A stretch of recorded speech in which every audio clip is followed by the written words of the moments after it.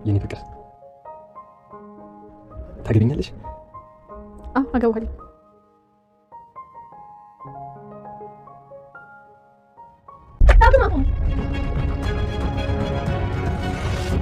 ነበር አንዲት ቃል እንዳትነግሪሽ። ላሰብሽበት ነገር ደግሞ ሟች እንደሆንሽ ጠንቅቄ አውቃለሁ። ህይወትሽን ለመቀየር መጥፎ ነገር ልታደርጊ ለነች ሁላ አውቃለሁ። ግን እኔ እናትሽን ለመገር ታስቢያለሽ? ይህንን በህልሜ ራሱ ማሰባችን ውሻ ነሽ። እናቴ እኔ እንደዚህ ነገር አላደረኩም።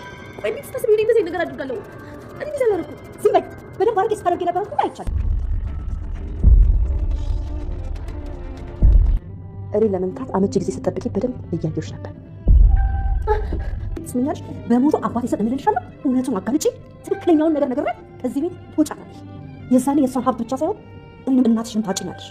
አንቺ ከሰው ጋር ለመኖር የተፈጠርሽ አይደለሽ፣ ሴጣን ነሽ፣ አውሬ። አንቺ ለገዛ እናትሽ እንኳን ማተመለሽ ሴጣን ራሱ የሚቀናብሽ አውሬ ነሽ። ሰላም ቃል አንቺ ብዙ የውሸት ታሪክ ነግራሻለች።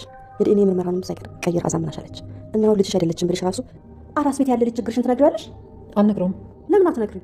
ምክንያቱም ህፃን ስለሆነ ብነግረውም አይገባው። እንኳን ሊገባው ምነግረውም ነገር አይሰማም። አየሽ ወይዘሮ ሰላም፣ አሁን ለምነግርሽ ነገር አንቺም ራሱ የአራስ ቤት ህፃን ነሽ። ምንም ብነግርሽ እንኳን ልትረጅኝ አትችይም። ቃል አንቺን እንደ አራስ ቤት ህፃን ልጅ ነው ያደረገችሽ። ግን እርግጠኛ ነኝ እመኚኝ፣ በቅርቡ እውነቱን ታውቂዋለሽ። በስተመጨረሻም ወይዘሮ ገነት ዳጊና ብሌን አንድ ላይ ተጣምረው እንዲኖሩ ቀለበት ሰጥተዋል። የራሳቸውን የጣት ቀለበት። በሆነ ጊዜ ላይ የልጅ አባትና ውድ ባለቤት እያሰረልኝ ቀለበት አሁን ልጅ ብሌን ላይ ሲያስሩ ማየት ፈልጋለሁ በማለት አሁን ደስታቸውን አያለሁ በማለት እንግዲህ ወይዘሮ ገነት ቀለበቱ ሲሰጡት እነሱም ለማመን እጅግ እስኪከብዳቸው ድረስ ደስታቸው ወደር አልነበረውም። እጅግ በጣም ደስ ይላል። ወይዘሮ ሀረግም ለሰላም አሁን አንቺ ብነግርሽ ልትረጅኝ አትችይም። አራስ የተወለደ ልጅ ምን ትነግረዋለሽ? የምትነግረው ነገር ሚስጥር አለ። አልነግረውም። ለምንድን ነው የማትነግረው? ምክንያቱም የማልነግረው አይሰማኝም፣ አይደለም ሊረዳኝ ሊሰማኝ አይችልም። ስለዚህ አሁን ለአንቺ መነግርሽ እንደዛ ነው። ምክንያቱም ቃል በብዙ ውሸቶች ተብትባሻለች። መጀመሪያ አንቺ መረዳት አለብሽ። ስለዚህ ከሆነ ጊዜ በኋላ ሁሉንም እውነታ ታውቂዋለሽ። ቃል ቀላል ሰው እንዳትመስልሽ፣ እጅግ በጣም ከባድ ሰው ናት። ልክ እንደ አራስ ቤት ህፃን ልጅ አድርጋሻለች ቃላችን። ስለዚህ አሁን የምነግርሽ ነገር ልትረጇችን። ለማንኛውም አትቸኩይ፣ በቅርቡ እውነቱን ታውቂዋለሽ። እኔ በሞቱ አባቴ እምልልሻለሁ። በሱ ከማልክ ደግሞ በፍጹም ለማንም እንደማልመለስ ቃልም ጠንቅቃ ይሄን ታውቃለች። ድጋሚ እንዳትታለይ አድርጌ ነው የምነግርሽ። ስለዚህ ወይዘሮ ሰላም አሁን አንቺ ይሄን ነገር ማወቅ ከፈለግሽ እውነቱን እዚህ ቤት እንድኖር ፍቀጂ። በዚህም ሰዓት ቃል እጅግ በጣም ልቧ ተረበሸ። እባክሽ ሰላም እንዳትፈቅጂላት፣ እዚህማ መኖር የለባትም እናቴ። አሁን ምንድነው የምትቀባጥሪው? አሁን የልጅሽ ህይወት ቢመሰቃቀል ምንድነው የምትጠቀሚ?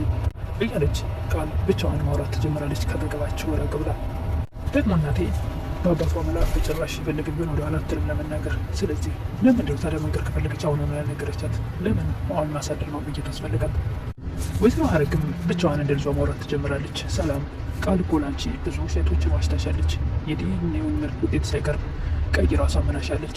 ስለዚህ አሁን እኔ አሁን በዚህ ሰዓት ይህን ነገር ብነግርሽ በጭራሽ አታምኝም፣ ልትቀበኝም አትችይም። እሷን በሆነ ነገር ልታሳምንሽ ትችላለች። ስለዚህ እኔ አሁን በዚህ ሰዓት ላንቺ ልነግርሽ አልችልም። መሆን ያለበት እኔ እዚህ ቤት ቁጭ ብዬ ነገሮች ተረጋግተው ወይ ደግሞ ልጅቷም የምታደርገውን እያንዳንዱን እንቅስቃሴዋን አይቼ መሆን ያለበት በማለት ከራሷ ጋር በመመካከር ሰላምን እዛ ቤት እንድትኖር ታስፈቅዳታለች። ቃል ግን በፍጹም አልፈለገችም። ወይዘሮ ሰላምም ነገሮችን ሳታወሳስቢ እባክሽ ወይዘሮ ሀረግ ዙሪያ ጥምጥም ሳትሄጂ በግልጽ ንገሪኝ። ያልኩሽን እውነት በእጅሽ እስከማያስገባልሽ ድረስ እዚህ ቤት እንዲቆይ ትፈቅጃለሽ አትፈቅጅም? እሺ ወይዘሮ ሀረግ ችግር የለም፣ ቤቴ ቤትሽ ነው፣ ኧረ እባክሽ እንዳትፈቅጂ እያለች ቃል እዛ ጋ በቁማ ሽንቷን ለመልቀቅ እስክትደርሰው ድረስ ተጨንቃለች። እንደውም በብርጭቆ ውሃ ገርታ ትይዛለች። ምን አስባ ነው ቃል?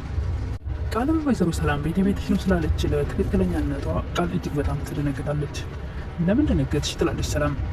አልደነገጥኩም፣ ነገር ግን እዚህ ቤት የምትወሰኘውን ነገሮች ሁሉ እያንዳንዱ ነገር እኔ ማወቅ የለብኝም? እንዲህ ማወቅ ትችያለሽ፣ ነገር ግን የመወሰን መብት የለሽም። መወሰን የምችለው እኔ ብቻ ነኝ። ማወቅ አለብኝ አይደል ያልሽው? ማወቅ ካለብሽ በቃ ሀረግን እኔ እዚህ ቤት እንድትኖር ወስኛለሁ።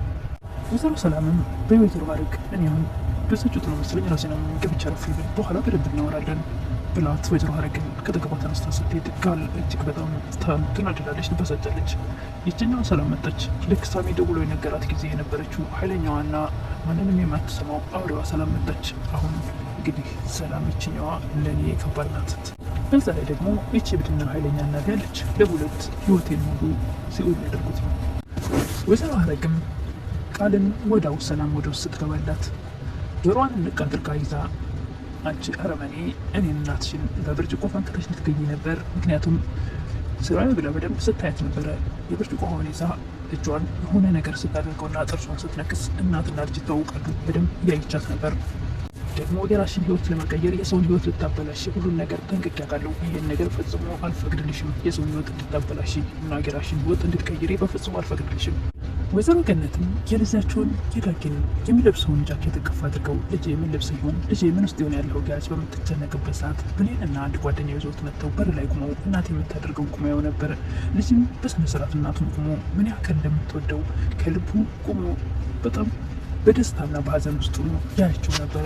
ወደ አሁኑ ገብቶ እናቴ መጥቼልሻለሁ ሲላቸው እሳቸውም በደስታ ተመሉ።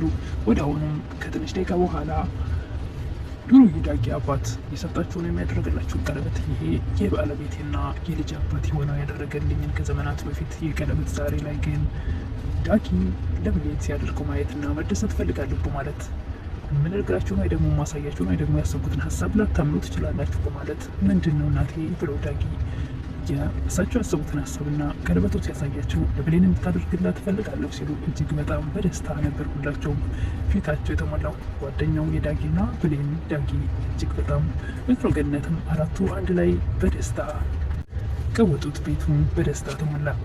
ቃልም በቅቤ ምላሷ እንደለመደችው ሰላም ወዳለችበት ክፍል ሄዳ እባክሽ እናቴ ሳጠፋ እንደ ልጅ ተቆጭኝ እንጂ ጀርባሽን አታዙሪብኝ።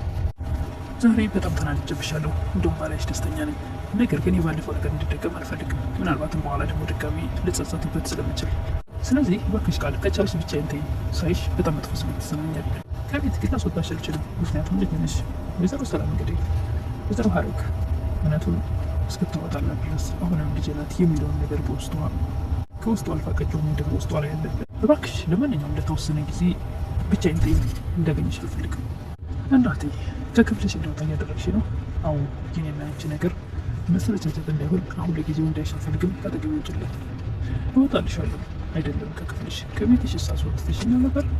ቃል በዛ ቂቤ ምላሷ አሁንም ሰላምን ለማሳዘንና ትክክለኛ ልጇ እንደሆነችም እሷም ልጄ ናት ብላ የሚለውን ነገር በእርግጥ አሁንም ከልቧ ባይወጣም ወይዘሮ ሰላምም ወደ ብሌን ጋር ስትደውል ዳጊና ራሷ ብሌን ቀለበት ሊያደርጉ እንደሆነ ገነትም እንደፈቀደችላቸው ስትነግራት በጣም ደስ ይላል። ገነት ተቀበለችን፣ እሱን ፈቀደችላቸው፣ እጅግ ደስ ይላል በጣም በማለት ልምጣ እንዳሁን ቤት ናቸው ስትል እንግዲህ ቃል እንዴት ተቀበለች ቻሮሊት በማለት ተናዳ ይሄን ነገር ማይጀ ማስቆም አለብኝ። ዳጊ ይሄን ነገር ቢሰማ ከኔ ጋር በውሸት ራሷ ፈቅዳና ወዳ ከእሱ ጋር እንድተኛ ወይም ደግሞ በማያውቀው ነገር አድርጋ የነበረችውን ነገር መናገር አለብኝ በማለት ወደ ገነት ቤት ስትሮጥ ትሄዳለች። በኃይሉም ወደ ሰላም ቤት መጥቶ ገንዘብ ስጭኝ ይላል። እኔ በፍጹም ገንዘብ ልሰጥህ አልችልም። ሳትወጂ በቅድስት ትሰጭኛለሽ። ምን ታመጣለህ? በፍጹም 70 ሳንቲም አልሰጥህም። የማትሰጪኝ ከሆነ የሰው ሕይወት እንዳጠፋሽ እናገራለሁ በማለት እንግዲህ በሕይወት ያለችውን ሰው ገለሻል እያለ የሚያስፈራራበትም አልማዝም የገደልሻትን ለፖሊስ እናገራለሁ በማለት እንግዲህ አስፈራርቷታል። በዚህ እንግዲህ አፏን አዘግቶታል። የተረገመ አንድ ሰላምም አልማዝ የእውነት የሞተች መስዋዕት ያኔ እንዴት እንዳለቻትና እንዴት እንዳደረገቻት እያስታወሰች ምንም መልሳታለች። ቃልም ዳጊ ለብሌን ቀለበቱን ሊያደርግላት በርከክ ባለበት እንግዲህ ስትከንፍ ሄዳ ማስቆም አለብኝ በማለት ዳግም አቁም ብላለች። እንግዲህ እዚህ ላይ ነው ከዛሬው ቪዲዮ ያለቀው። ዳግም እናቱ ለምን ይሄን እንዳደረገች መቼስ ይረዳታል ብዬ አስባለሁ። እህትና ወንድም ናቸው። ይሄ ነገር መሆን የለበትም ብላ ስላሰበች እንጂ ለክፋት አልነበረም። አሁን ቃል እናቱ ያደረገችውን ነገር ስትነግረው እናቱን ድጋሚ ይቀይማታል፣ ከቤት ጥሎ ይወጣል ብዬ አላስብም። ምክንያቱም እናቱ ልብሱን ታቀፋ እያለቀሰች ልቧን ተሰብሮ እንደነበር አይቷል። ስለዚህ እንደኔ ሀሳብ የቃልን ሀሳብ ውስጥ በፍጹም ሊቀበላት አይችልም። ለማንኛውም ቀለበትን በርከክ ብሎ ሊያደርግላት ሲል ነው እንግዲህ ዳግም አቁም ስትለው ቪዲዮ ያለቀው። ለሰላምስ አልማዝ እንዳልሞተች የሚነግራት ሰው ታገኝ ነው። እንዳልሞተችስ የሚያውቀው ሰው ማን ነው? ምናልባት ሳሙ ዳግም የቀበርኳት መስሎታል አብረው። ሰላም አልማዝ እንደሞተች ነው እንጂ እንዳልሞተች ስለማታውቅ አሁን እንግዲህ በኃይሉ ሞታለች እያለ ይህን ወንጀልሽን አወጣብሻለሁ እያለ እያስፈራራ እያንዳንዱ ንብረቷን ባዶ ሊያደርጋት ነው። ምናልባትም ራሷ አልማዝ ወደ ሰላም ቤት ሄዳ በሕይወት እንዳለች ካልነገረቻት በስተቀር ማን ሊነግራት ይችላል?